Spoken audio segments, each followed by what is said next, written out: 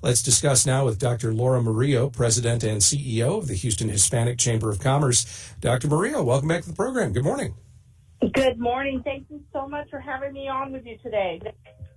And as we chat, we welcome any questions or comments you have for our guest at 713-440-8870. You can email us at talk@houstonmatters.org. Reach out on Twitter @HoustonMatters. Dr. Murillo, are there obvious economic benefits to building events around Hispanic Heritage Month?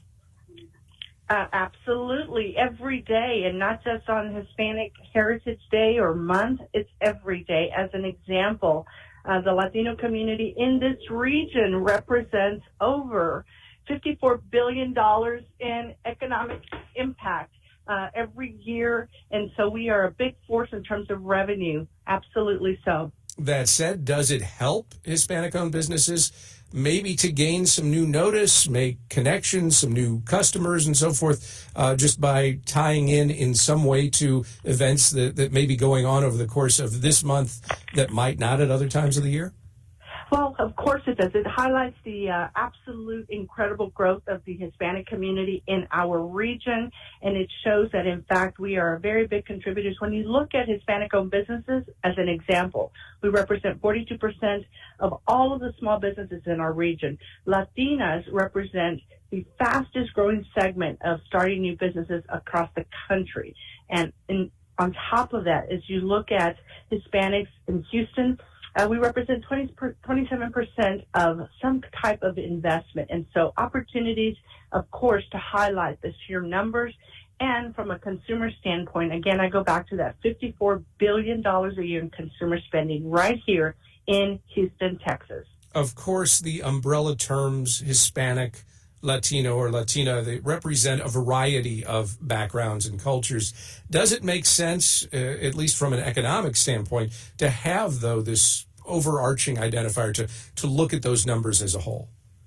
Well, absolutely it does. And when you look at Houston, certainly a melting pot that it is, you have people from all over the globe that consider themselves Hispanic. The majority of them, of course, being Mexican-American in our particular region. And the many nuances and differences among the Cuban population, people from El Salvador, Venezuela, people who were born and raised here in this great city and perhaps have never even set foot in their country of origin.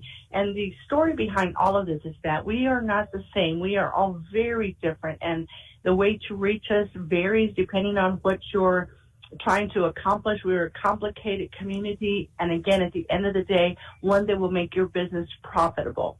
You know, it's interesting. You characterize it as a complicated community. As the head of Houston's Hispanic Chamber of Commerce, how do you promote those businesses as Hispanic-owned in that sort of overarching umbrella concept term, while also making a point of helping them to establish more specific cultural identities within the marketplace? Well, one of the ways we do it is through our annual Luncheon and Expo, the largest business Luncheon and Expo in Houston, Hispanic or not, with approximately 2,000 attendees. Friday, October 7th, we will have people from across the country, people in Houston, entrepreneurs, CEOs, elected officials who will be there to meet with and learn more about data, demographics, and how to target, how to reach this very important community that is the Hispanic community and how we can work together. I always like to say, as Hispanics go, so goes Houston. And so understanding this community, how to target it, how to make it an organic relationship and not just once a month per year is the way that we together will be successful. It's not an us versus them. Instead, it's we. How can we all be successful? This is Houston Matters. I'm Craig Cohen. We're talking with Dr. Laura Murillo. She's president and CEO of the Houston Hispanic Chamber of Commerce. Among the things we're talking about, the economic impacts of Hispanic Heritage Month, which is going on right now. We welcome your questions and comments for her at 713-440-8870. Reach out on Twitter @HoustonMatters. You can email us at talk@HoustonMatters.org. You mentioned that annual luncheon. Does the Houston Hispanic Chamber of Commerce do anything else specifically for Hispanic Heritage Month? Absolutely. We partner with many of our corporate sponsors in a variety of different activities, events. It's a super busy month for this city, and we're happy to see that so many more are embracing not only Hispanic heritage, but so many other diverse communities in our city, and that they're putting financial resources behind it. Most specifically, as you look at diversity, equity, and inclusion, you're seeing more of corporate America making sure they have hired diversity officers to make sure that organically and strategically the corporations are reaching out to communities of color, to women, to all types of groups throughout the year. It's much more of a strategic outreach. You mentioned partnering with some of the businesses in town. Can you give some examples? Oh, well, of course. Well, with the Houston Astros, with our banking partners, with our oil and gas companies, are all finding ways to make sure that they are embracing this community. We have done a variety of different radio and television programs, again, providing data points and other very important, relevant information, highlighting Hispanics on television programs so that you can see successful people who've come from all backgrounds who are today running major corporations and businesses. And so you see all of this. Again, we are hopeful that it continues to be something that is highlighted throughout the year and not just once a month. Can Hispanic Heritage Month, though, I wonder if it can be for Hispanic-owned businesses, and I guess maybe this applies to retail as much as any other sector. Can it be what it is for what the holiday season is for everybody in terms of retail? Do we see, in terms of economic activity, a boost in sales simply through the establishment of this month and efforts to promote the Hispanic community and culture and the arts and by extension, some of these businesses? Absolutely. Yes. We are seeing restaurants who are making sure to have a variety of different celebrations, hotels, venues, nonprofits, for-profit entities, concerts, art festivals, a variety of expos, etc. And that supports all types of business, from our small mom and pop shops to some of the larger ones who are understanding that it is a commercial opportunity. It is one to market a community that has resources, and that's why you're seeing more and more doing it. And again, it's a numbers game.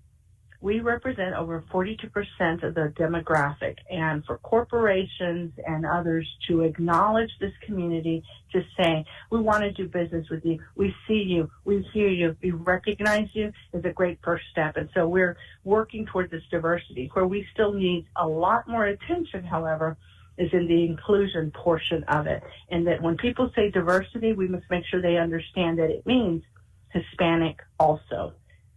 How do you get there? How do you go from what seems like a pretty obvious step for a lot of businesses, corporations, you name it, to recognize a significant percentage of the population that are their clients, to being inclusive in every way you might define that term?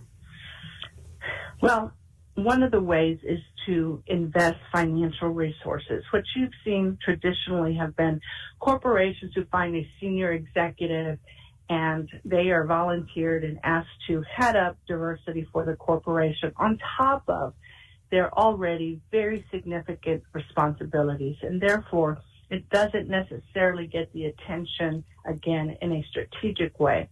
What you're finding now is more and more corporations, whether it's because they see and understand the bottom line, or if in fact they truly believe that they must move into this world of diversity, equity, and inclusion, is that they are setting aside funds to hire chief diversity officers, so that in every decision that company is making, there's a conversation about what is missing, who's at the table, who is not at the table, what do we do about hiring, what are some of the things that we're engaged in the community. So it's a strategy that, again, is one that is applauded at all levels, and it starts at the top of these corporations. We are seeing much more of that, and much more of a significant investment versus window dressing that can just check off a box and then move on. Where there needs to still be, though, more focus is looking at the numbers. As an example, less than 1.8% of all corporate boards include Hispanics. Even though we represent a large part of the consumer spending, we are not represented on corporate boards yet. I want to come back to this concept of making the distinction between genuinely being inclusive and, as you termed it, window dressing, checking a box. I could see how, in some cases, some companies establishing a chief diversity officer or office could be seen by some as window dressing itself.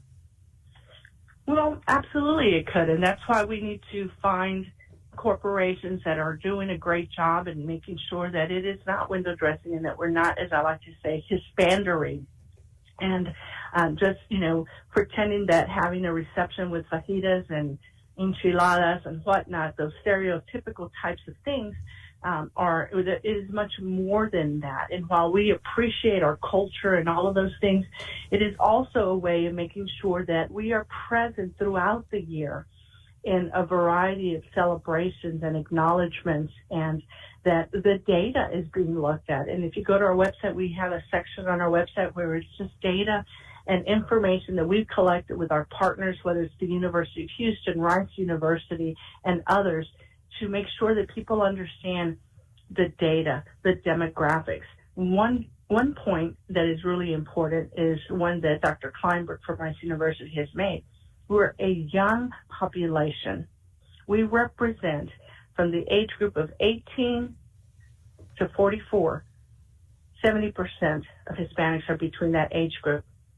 You take the Anglo community in Houston, 70% of Anglos are age 60 or older. We're young, we're vibrant, we have large families, and a lot of disposable income. At the same time, many Hispanics are not banked or they are underbanked. We represent the largest group of first-time home buyers of any other group in the country. And so again, the data, the expertise, the strategy, the understanding that for corporations and for business, this can impact positively your bottom line. We have, of course, been in this period of inflation impacting our entire economy.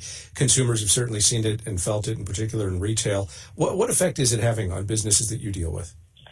Oh, very big impact. I'm the first Houstonian to serve on the Federal Reserve Board that reports up to the Board of Governors, and we have quarterly meetings with the chairman of the Federal Reserve, Jermaine Powell. And I'll tell you that the conversations that I have when I am on these calls and or in person are the conversations that I have with business owners who are everything from the bakers who are paying more for milk, sugar, eggs, to the people who are in large corporations that have large 18-wheelers and we're concerned about gas prices, and thankfully that has improved a little bit.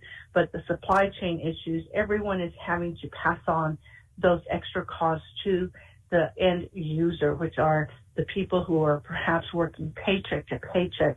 They're feeling it, they're seeing it, they're concerned about it, and they're looking for relief. Young people who are college educated, millennials who can't see the promise of perhaps one day owning their own homes, many more staying at home longer than they would like, having roommates, etc. It's real. They're feeling it. They are seeing it. The upside to all of this is, especially in Houston, we are resilient.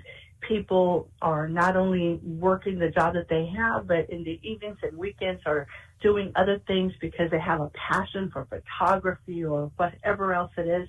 And in Houston, we have a city that embraces that work hard, can-do spirit, and we're going to make it through this difficult time.